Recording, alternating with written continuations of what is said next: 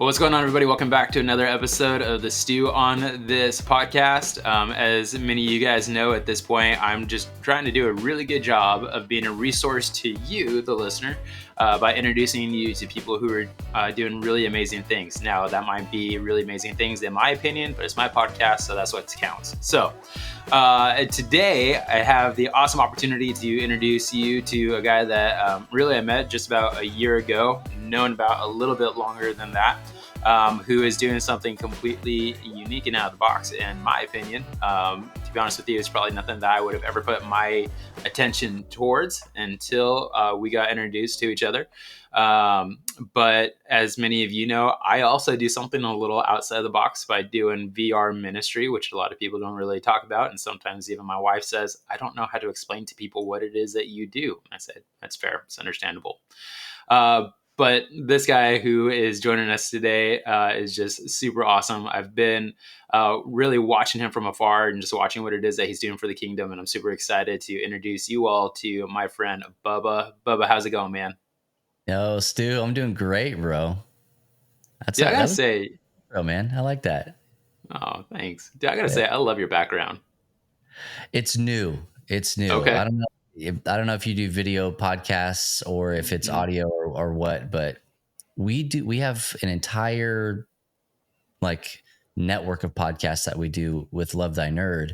And one of the ones that we do is Church Nerds. That's the thing that my wife and I do together. And for the longest time, this room that I'm in right now is a renovated garage, and called it the Murder Garage because that's exactly what it looked like happened in this space. It was a brown sheetrock. We did not even know that they made brown sheetrock, but it was brown sheetrock, and it had grease stains because the guy was a mechanic that lived here before us. Rebar sticking out of the wall, all sorts of stuff. And I was like, that's not super professional. I'm trying to convince people that I'm doing this ministerial work and leading people towards Jesus, and then they walk in here and they're immediately uncomfortable. It's like we have to change the aesthetic. We have to change the feel a little bit. So yeah, we Govee, not a sponsor, but if they want to, just hit me up.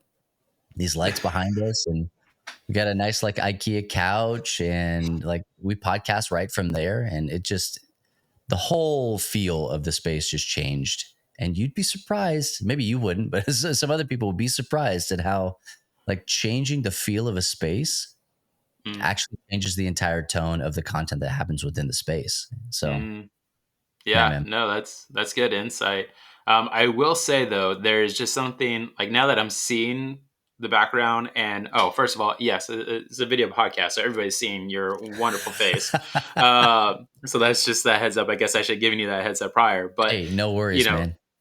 But seeing the background, and then now hearing the background story to it, I kind of wish that it was a murder garage. How weird is that? Well, hey, you never say never, right? I don't know who the next owners are going to be. We'll pray over it before we sell it. But yeah, dude, it's if you come in here again, when you have a space that you create, I'm looking at your space right now. I have no idea what I cannot see, right? For the longest time, anything just off camera was usually a pile of games or boxes or bubble wrap or garbage, right? Whatever it needed to be. If you look up, which you can't see, you can still see the brown sheetrock. So I might have to take a picture and send it to you. It's depressing, man. It's just a depressing thing. Says the guy who painted his entire background as close to black as he could get it without being black. Yeah. Dude, we are such a weird generation in our obsession with darker colors. I'm trying to explain it to my wife. She don't get it. Yeah, I get it. I mean, I wanted to go black with my background. My wife was like, nope, can't do black. You can do anything that's close to it, just not black. So it's actually green. Oh, yours is a green. Okay, mine's blue. It's green. Oh, see, this is not what this podcast was supposed to be about at all. But if you guys are looking for home renovation ideas and ways to tweak with your environment, apparently this was the podcast for you. But I'm telling you, the Lord works in mischievous ways, man. Yeah, for sure. All right. So besides for your interior design skills that you have, Bubba, tell the listeners just a little bit about you. What are you passionate about? And just a good introduction of who you are, man. Yeah. So, yeah, my name is Bubba Stallcup. I'm the CEO, president, and founder of an organization called Love Thy Nerd. And our mission statement is like specifically vague. We exist to be the love of Jesus to nerds and nerd culture. It is vague in that it doesn't tell you how we do that, but it does tell you what we are going to do so that we're able to move in the ways that God calls us in the spaces in which he calls us. And so that could be, video games. It could be VR. It could be tabletop games, board games where we spend a lot of our time in that space, or talking about the latest, Marvel movie or comic book or pop culture thing that is happening. Like, we just create spaces for people to encounter Jesus. And so geek is chic. Nerds rule the world right now. And so it shouldn't make anybody surprised at all that this is the space that we're finding more and more professionals, some of them younger, some of them not, in the space. And so we're just kind of leaning into that and finding ways to help people understand a very simple thing that we tell people, which is, hey, Jesus loves you, nerd.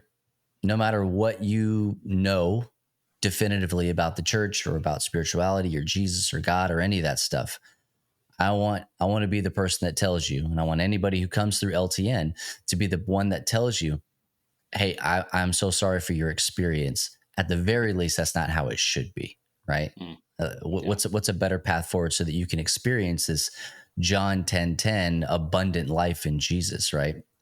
And so we deal with a lot of people who go all over the world, and go to conventions. We call them nerd culture events, but it's like, these large conventions, think like Comic-Con and, stuff like that.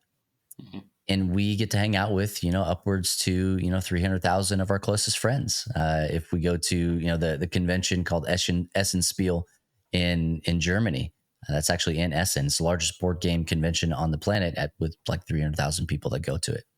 And so we get to build relationships with people and do relational evangelism, and finding ways not to just tell them that Jesus loves them, but we do the hard work of like hanging out, sticking around and showing them, like being the hands and feet of Jesus with skin on. And so, we do that. And then we also got a website, lovethynerd.com, where it just hundreds of hours worth of content and resources for people that are searching for things, and also people that are in church work. You may be, a on staff minister or lay minister, or somebody's just, like a church worker.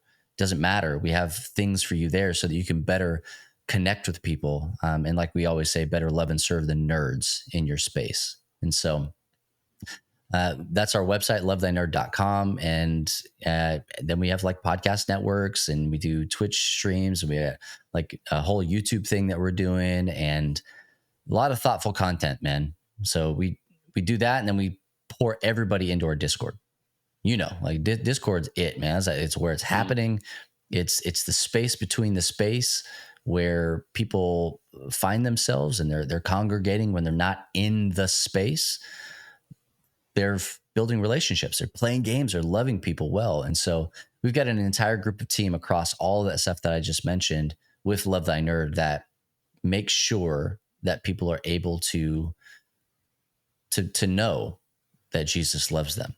And so we do that because that's who we are. I mean, I don't know how else to put that, man. Like it's not fake.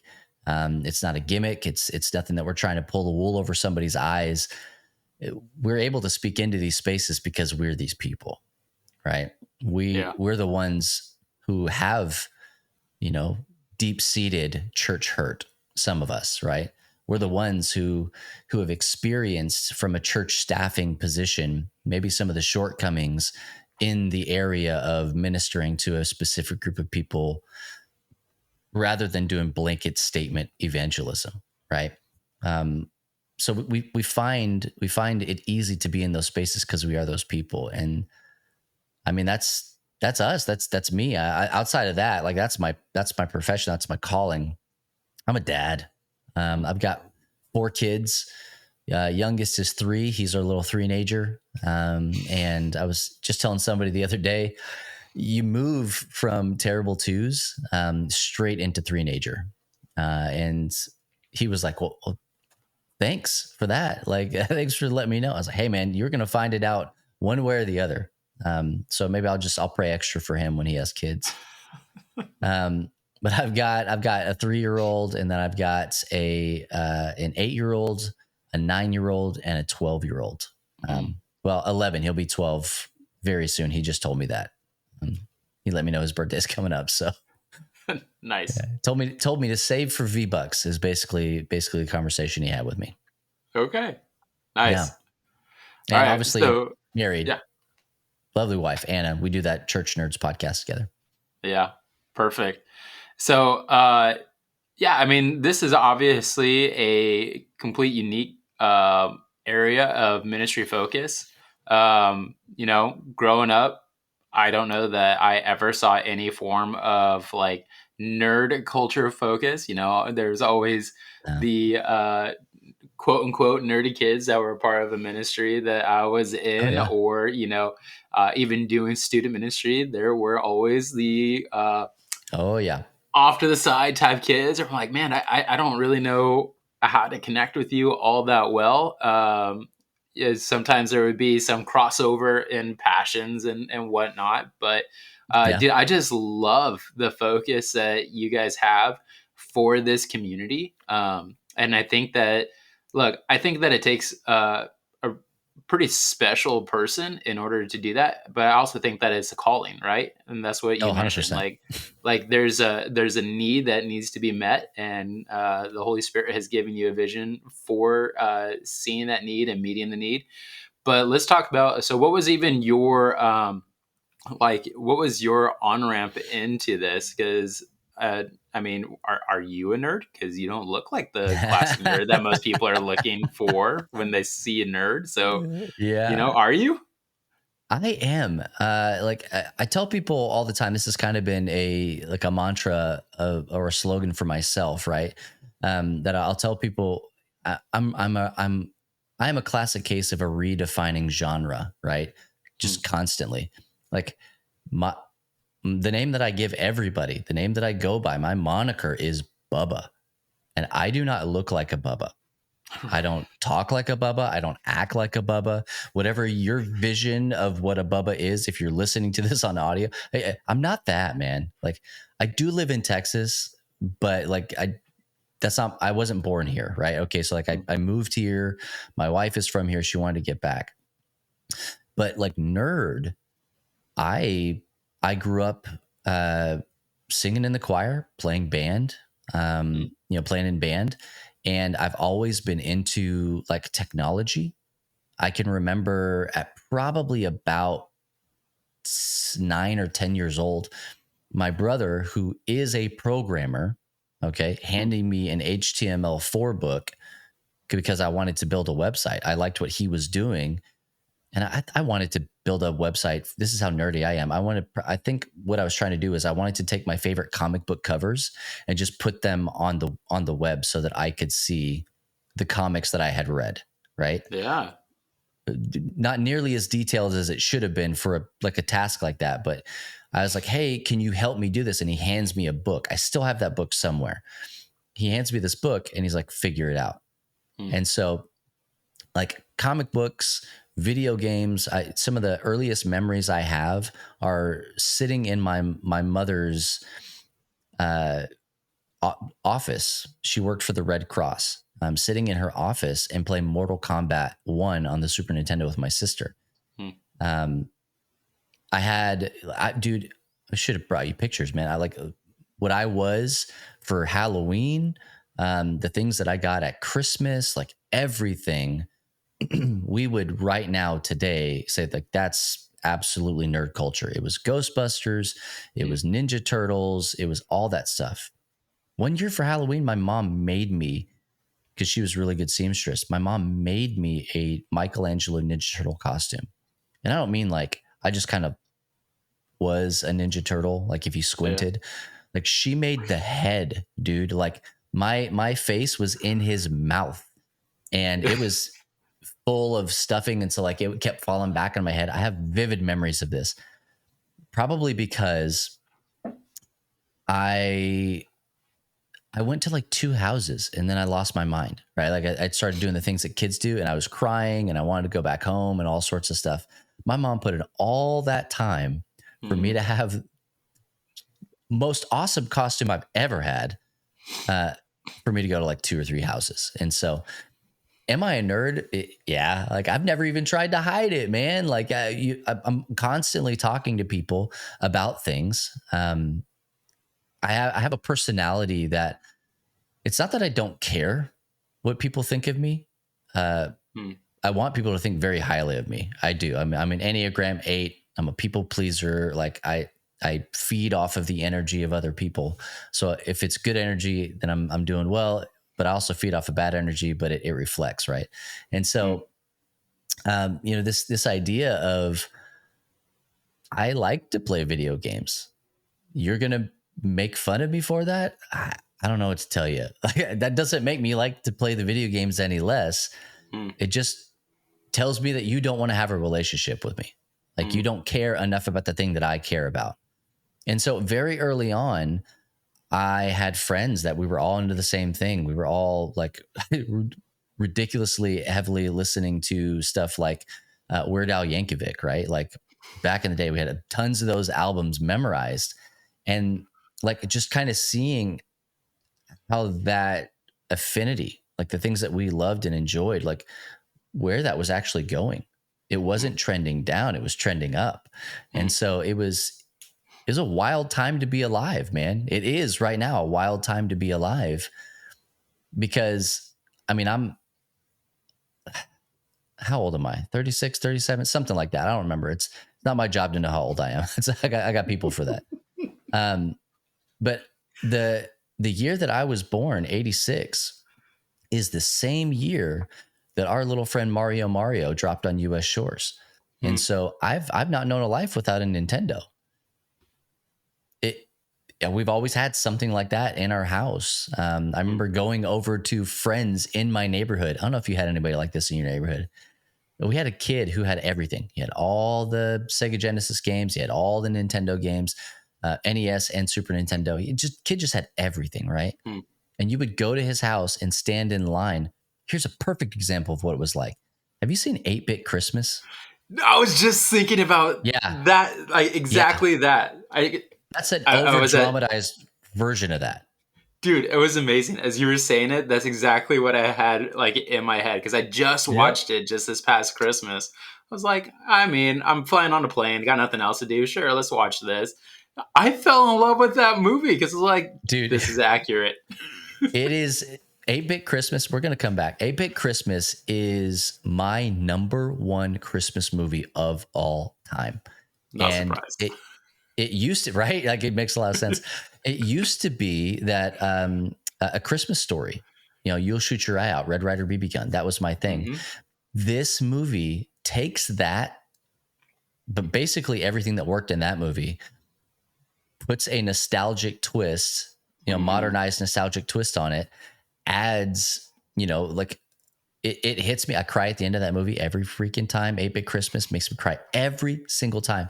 We have watched it multiple times a year, every year, I think for the past 3 years since it's been out. And it's how we kick off the Christmas season. But that kid in that, gets the power glove, everybody, he's like picking people because he's the rich kid. That's an over dramatized, version of the kid that was on my block.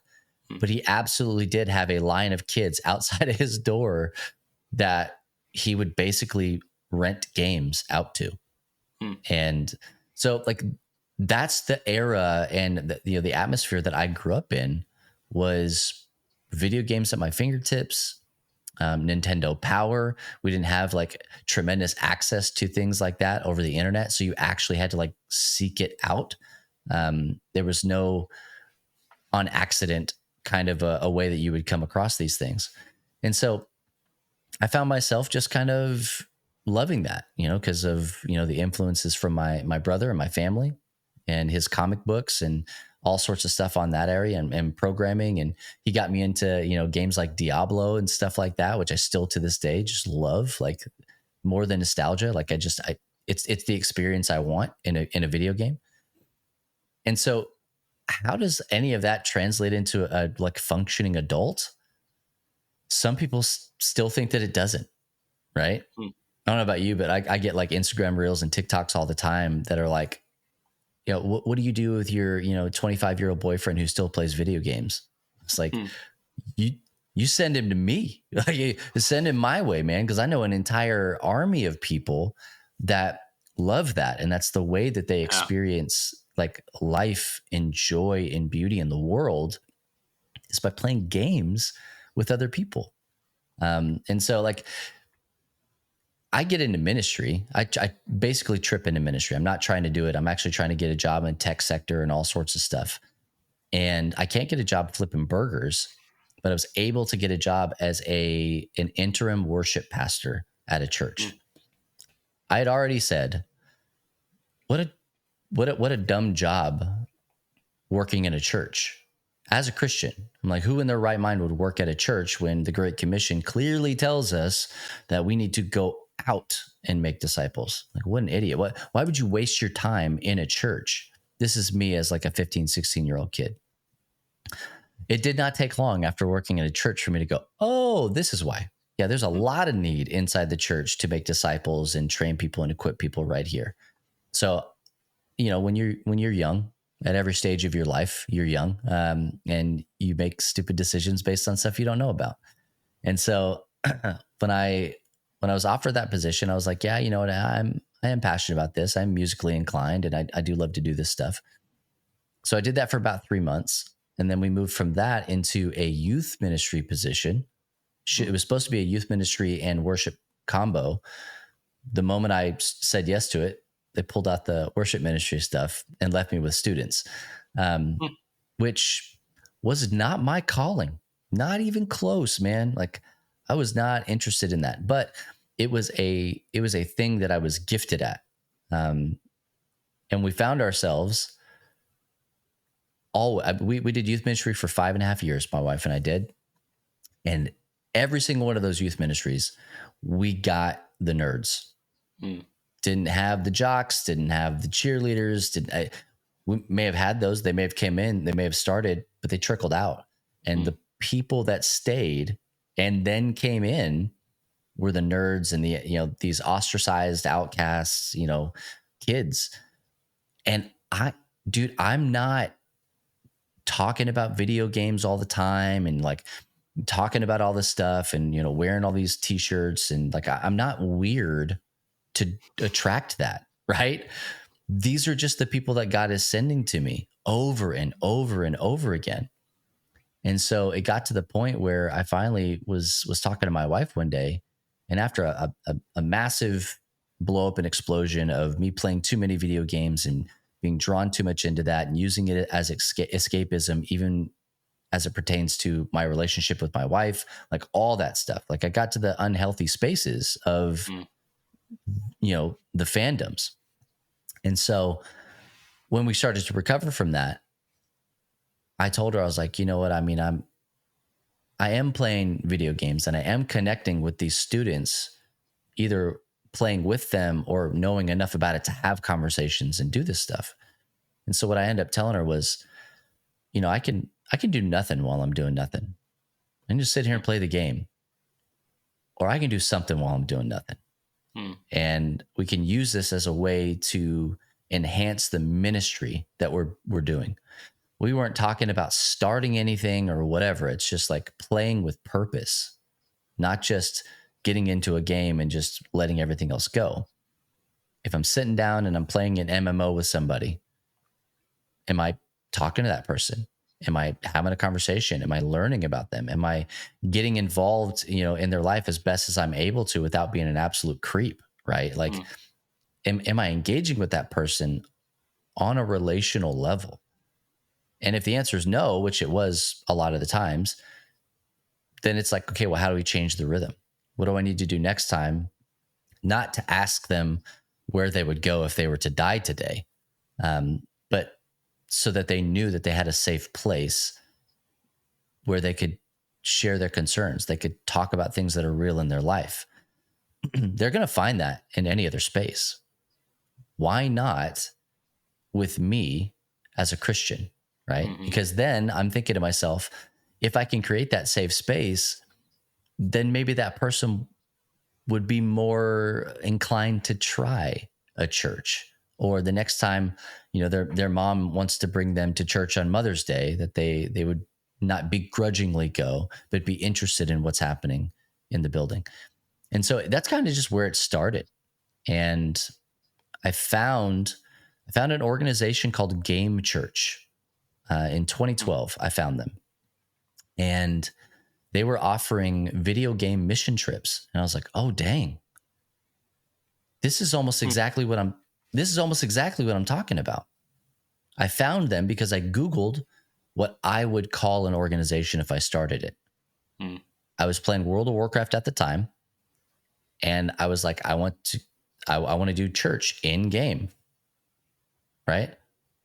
It's a natural progression, right? VR Yep. church inside of games. Like it wasn't even a new idea. It's just something that I thought would be effective. And so I just Googled it and it was taken. And then I was left with another decision. I was like, man, I could do the Christian thing and I could start my own thing, or I could join somebody who is already moving forward in this area that I'm looking to minister in.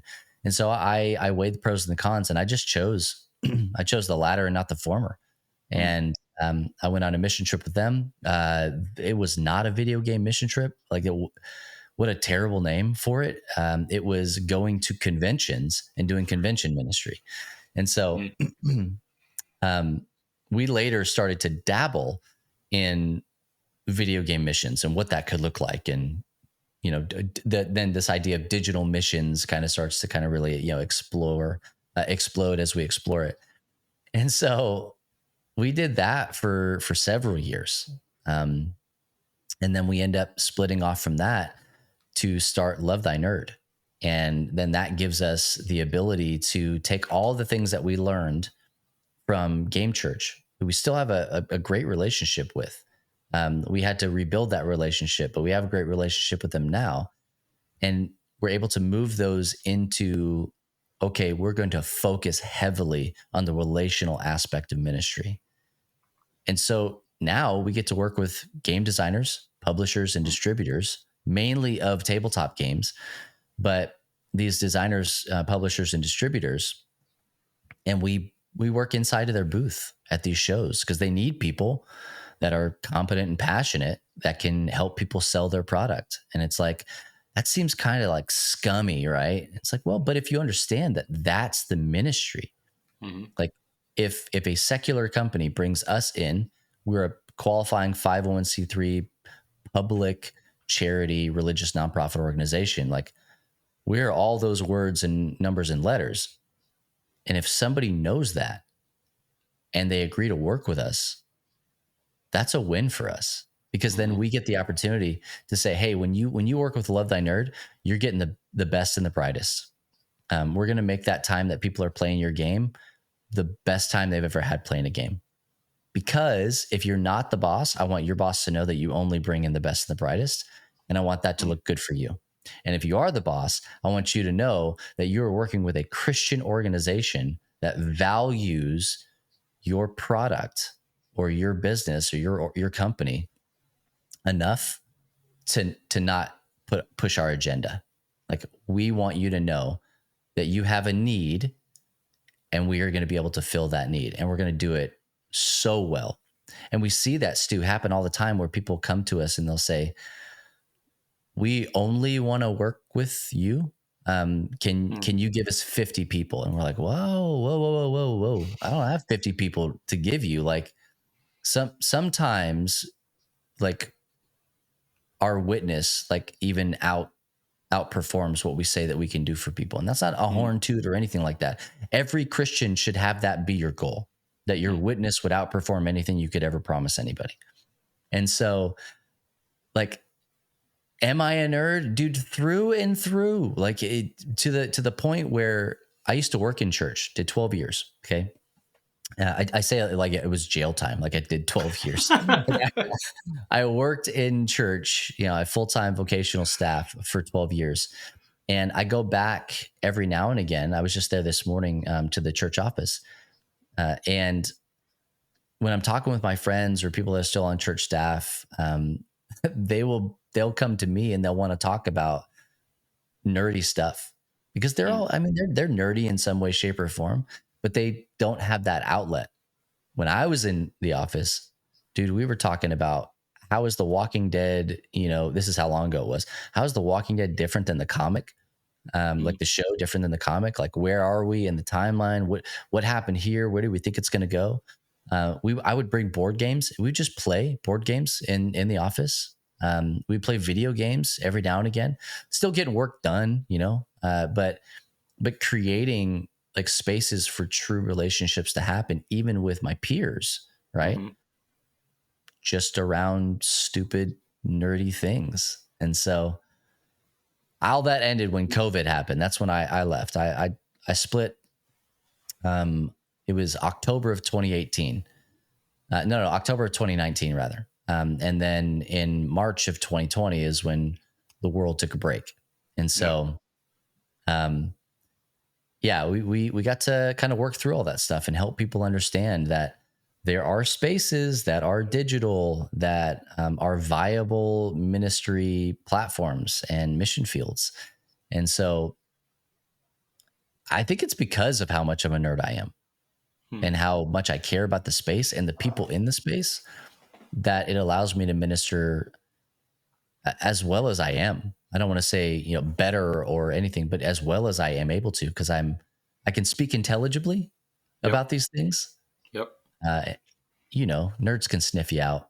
So like, And that's what I love about everything that you're saying is I mean, there was a buddy of mine that I grew up with, played baseball with him, went to high school with him, everything, right?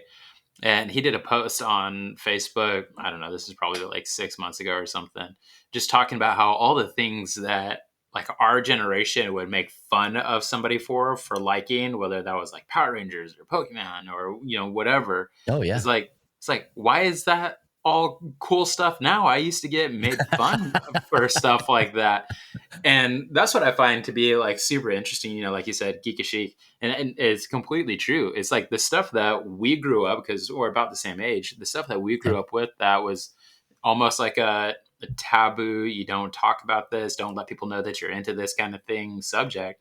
It's the thing that you want to be known for now, and that's what I love even about your story. It's just like, look, what if you don't like it? Cool. Like then what I've learned is that's not going to be our connection point. However, the other heartbeat that I just heard from you and all that is um, like your heartbeat's going to be I'm going to find the people that are passionate about what it is that I'm passionate about, and I'm not going to shave off something just because it doesn't fit within a category, but it's more of Mhm. like I'm not going to be the square peg trying to fit in a round hole.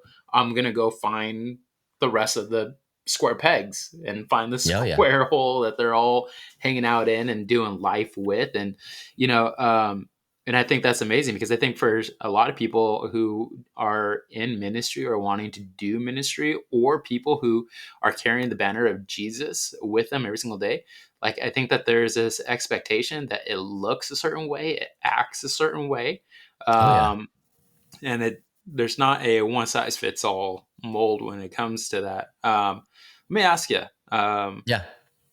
with because of that, because of like the stigma that comes with like nerd culture, whether it is like for a generation where it's cool now or for an older generation. Man, I just said older generation as if you and I are walking around with canes. But Dude, I am what's known as an elder millennial, and I don't appreciate that. My kids yeah. talk about they talk about when I was born and even like the 90s as the late 1900s. That's offensive to me. Like look, man, I got feelings, okay?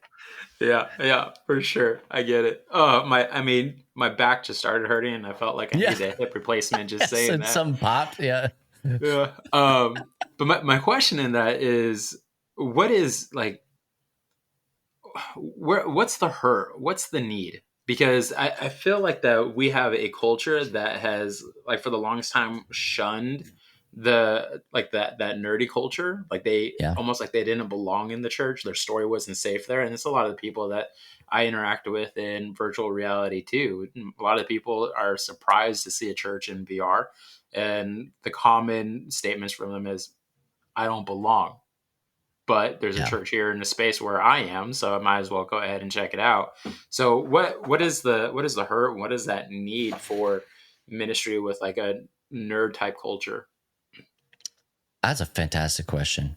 I Hmm. mean, and it's one that I wish more people would ask across the board, no matter what like demographic you're trying to reach out to. Doesn't matter the people group that you're actually trying to minister to. I wish that more people would stop, take pause, and just ask, what is the issue to be solved? Hmm. Um, a lot of times, I think that we create issues to solve as Christians.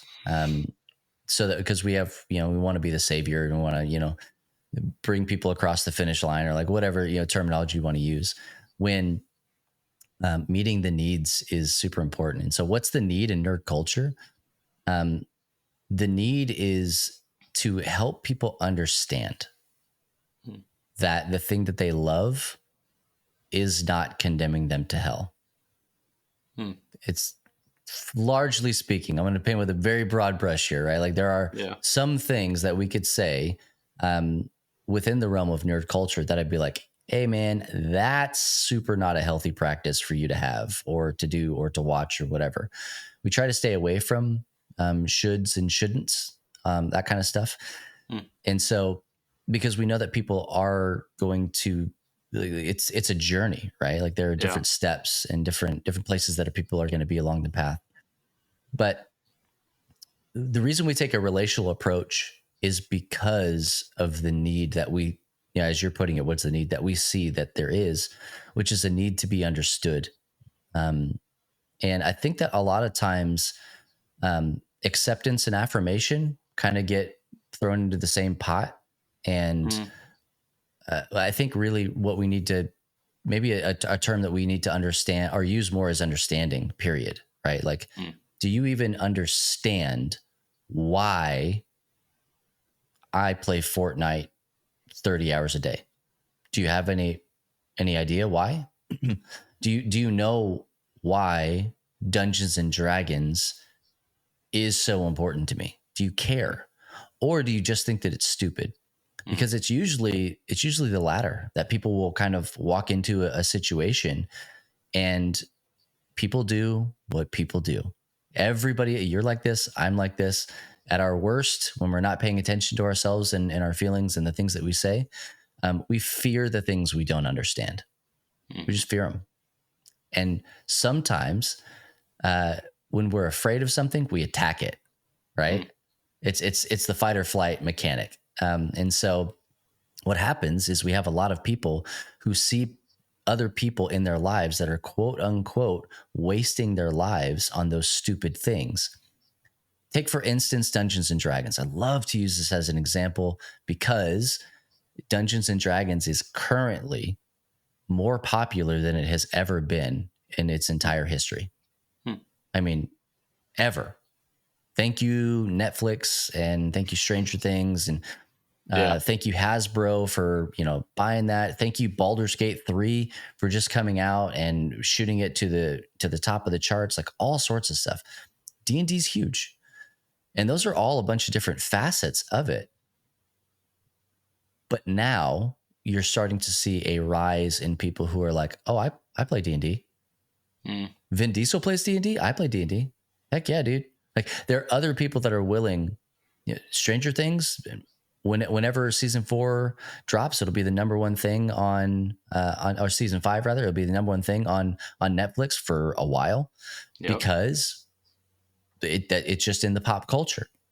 And so, for us to still look at things like that, video games, um, video games make more money than the Hollywood does. Hmm. It's a larger industry, And so for us to look at those things, any one of those things, it doesn't matter, take your pick, and to still say, that's stupid, it's a waste of time, it's nerdy. I'm like, I mean, you can really only push so many things off to the fringes before the fringe is not the margin anymore, right? Like, where if you keep pushing so many things off, the fringe becomes the middle, right? Yep. Like, so you're lonely in the middle, but you're so blinded by your own self-worth and purpose, at least perceived, that you can't tell that the world is changing around you. A lot of older generations deal with this when they're like, this isn't the world that I grew up in. This isn't the church that I grew up in. This isn't the XYZ, whatever that I grew up in. It's because of the change that's happening around them. And rather than taking time, and I battle against this all the time, even in my late 30s, right? Of like, am I progressing in however you want to take that term? I don't mean it the way it sounds in church world, but like, are you progressing with culture, even in understanding, right? Like, are you understanding why people are doing that? Because when we don't do it, here's what happens. We take like the sharpest pair of relational scissors we have, and we cut ties with people in our lives because we say things like, why are you spending all of your time on that stupid game? Mm-hmm. What we're saying in that moment, it's not really what we're trying to say, but what we are saying in that moment is, your things don't matter. Right. And that's just not true, right? Like, we believe that the things that you love matter because they matter to you and you matter to God. And so for me to sit back and say, because I don't understand it, it's stupid, I just maybe like a statistical and a factual fallacy. You're wasting time on video games. Let's take a moment and let's talk about all the club baseball that little Johnny plays. What are the odds that Johnny makes it to the pros? Slim to none, because it is a highly saturated market. If you took that time, and Johnny likes to play Fortnite, if you take that time and you pour into that, there is a higher degree of like expectancy that he is going to make it into some major space and could even win more money and earn more money in that space than if he were playing baseball, because of the competitive nature of the space. Now, hear me say that all of that is changing as the days go on, right? Because it becomes more accessible and all sorts of things. But I like to look back to like he was either 13 or 15 years old. I can't remember. But he won the first ever Fortnite World Cup, and his name is Booga. That was his screen name. He won $3 million, right? That's more money than I'll ever see. And so for me to say to anybody, hey, video games are just a waste of time, I'm like, well, maybe, but also maybe not, Colleges at an alarming rate are offering scholarships for esports. And that's not even just video games. It's a whole bunch of other stuff now. But they're offering all of these things because of where culture is going. It's not trending down, it's trending up. So, like, what's the major need? Understand. Like, people just want you to know that what they care about actually matters. And from a relational and even an evangelical standpoint, anything ministerial, it's been long said that people are not going to care about anything that you have to say to them until they know that you care about them. And the easiest way that you can care about somebody is sometimes just to listen to them talk about their favorite thing. And if you don't know how to do that, here's a simple step. If Fortnite is the thing that little Johnny's into that you don't know anything about, go Google Fortnite, look for 5 key phrases, and spend 5 minutes on each of those key phrases just learning something. take less than an hour of your day. Then the next time you find little Johnny, you can ask an intelligent question. You don't have to know the answer. You don't have to necessarily even care what the actual answer is. If I ask my son, hey, who do you think the most powerful Pokemon is? I don't really care what he thinks the most powerful Pokemon is, because he could be wrong, right? Like it could just be completely wrong. But I know that that's something that he wants to talk about, and he needs to know that I care about that. And it's not a game. Like I'm not playing a game with him. I'm taking the time to go and do the legwork to build a relationship that I want to have, right? Like instead of just saying, are we going to talk about Pokemon again? I just don't care. Like, but I want you to sit down and talk about football with me. I want to talk to you about, we can talk about the Super Bowl, or, we can talk about fishing, or we can talk about whatever, like these things that maybe you care about. But like relationships cannot be one-sided. So I mean, hands down, understanding, being able to lean into somebody in a conversation and say, oh yeah, that's the thing, da da da da da. Or maybe what's even more powerful is, I don't know anything about that. Can you tell me? Something magical happens when you let somebody teach you something, right? It is the miracle grow on relationships, man. It's crazy. And so, but just it's this understanding, being a, being a learner, right? Like an intentional person who is going out of their way to learn new things about the people that you love and you care about. If you don't care about them, you just won't, but I found myself all over the map, just like, oh man, somebody said something about this. I learned about NASCAR. I cannot overstate how little I care about NASCAR. But I learned about NASCAR because one of the pastors on our staff loves NASCAR. And I wanted to be able to talk about something that he genuinely cared about. And so I learned, I put that in my temporary memory bank. I don't remember any of the stuff that we talked about. But during that period where I was trying to build that relationship, I just did a little bit of legwork. And so, I mean, it's all principle based. It's not necessarily just nerd culture, but specifically nerd culture. They are told day in and day out that the things that they care about, at best are stupid and at worst are sinful. And so for us as people of faith to be able to step in and not just say Pokemon are the devil, little pocket demons, right? Like to look at that and really like, why is it that you find such life and joy and acceptance and vitalization in this? Because I find it over here. You find it here. Rather than hurling accusations, what if we just ask a couple of questions, just inquire about some things? And so that's what I would say. That's been our experience at LTN anyway. Yeah, dude, that's so good. And like as we bring this episode to a close, this is what I want to reiterate for people. What I hear you saying. Bubba's a nerd. Stuart's a nerd. Every single person that's listening to this or watching this, whether you know it or not, you're a nerd. There's something that you are very passionate about that isn't going to make sense to a lot of people. Now, speaking specifically to like the listeners of this episode that are believers, it's not so much that you have to give up those things or shy away from those things. But what Bubba's doing with Love That Nerd is they're taking their passion that they already have and saying that there is a community of people who have the same interests as I do. And I'm bringing in the name of Jesus into those conversations, and I'm winning kingdom territory in those spots.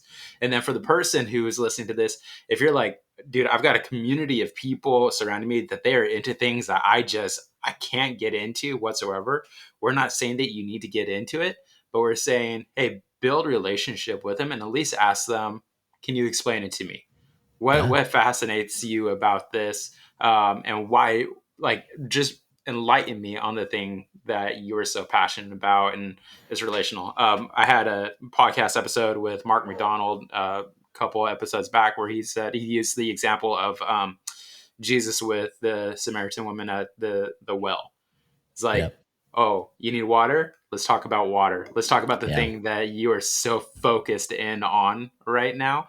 And then we will use that as the springboard into a much deeper, meaningful conversation. So, Bubba, I'm glad let I me didn't bring ask. that up, man. I got Oh, a whole like sermon that I could preach about the woman at the well. That's one of our principles. But since you guys already talked about it, we won't even get into it. Like, yeah, so it's with good. that being the case, let's jump into two rapid fire questions, Ooh, and okay, then okay, we'll okay. bring this thing to a close. You ready? I am. Okay. Yes, yes. Bubba, I learned about you after we met through social media that you and I have a common connection in a beautiful state called New Mexico. That's right. Yeah, yeah. So you grew up in the Clovis area, was that right? Yeah, Eastern New Yeah. Mexico. Yep. And I was Yeah. born and raised in Albuquerque. So, big question. This is rapid fire number one. Okay. Green chili or red chili? Oh, it's green chili. Oh, is this even a question? It's green chili. Are you kidding me? It's a, Get out of here. sometimes okay, question 1B. Okay. Who's got the better green chili, Colorado or New Mexico? Oh, it's New Mexico. It's not even a question. You're Yeah, like, I know. I just want this to be out there for everybody to hear later. oh, we're documenting. Okay, I Yeah, got you. that's pretty much what I was breaking down to because If I you've spent some not time had, I'm telling everybody, if you've not had New Mexico green chili, it is worth. But next time you're driving even close to New Mexico, just kind of dip in a little bit. Anywhere in New Mexico is going to have it. Just dip in a little bit and get you some Hatch green chili. They used to roast it at my Walmart. Like, that's Yep. just, yeah. So, Yeah, for Albuquerque natives, you always knew that fall was here when you saw the balloons up in the air across yeah. the Sandias, and they were roasting green chili at the same time. Oh, So man. it was a good time. I All can right, smell it. Okay. Yeah. yeah, I know it's like just stuck in there, core memory unlocked, right? I know. Yeah. Man, we just got on talking green chili, and I completely forgot what the second rapid fire was going to be. Whatever. It doesn't even matter. Bubba, if people Yeah. want to get in touch with you, besides for lovethatnerd.com, how else can people get a hold of you? Yeah, if you have any questions or you're interested in starting any kind of nerd culture ministry at your church or otherwise, just send me an email, bubba@lovethynerd.com or Bubba_LTN on all major social media. You can find me there. Perfect. And just so everybody is also aware, I loved taking advantage of this opportunity. But if you are familiar with the YouVersion Bible app, there is also a Love Thy Nerd Bible plan that is on there that you That's wrote, right? true. I did. Yeah. Jesus Yeah. loves you, nerds. Yeah, Yeah. it was good. I had a lot of fun reading through that. When you made the More announcement, I was like, coming. I got to do this. Yep. So, well, cool. Bubba, thank you so much for hopping onto the Stew on this podcast. And dude, I guarantee, based off of what we just talked about here today, you're probably coming back. There's probably a lot I more would that love we can to. talk Yeah. about. Love So, to, man. This is a cool. blast. Yeah, thanks, Bubba. My pleasure.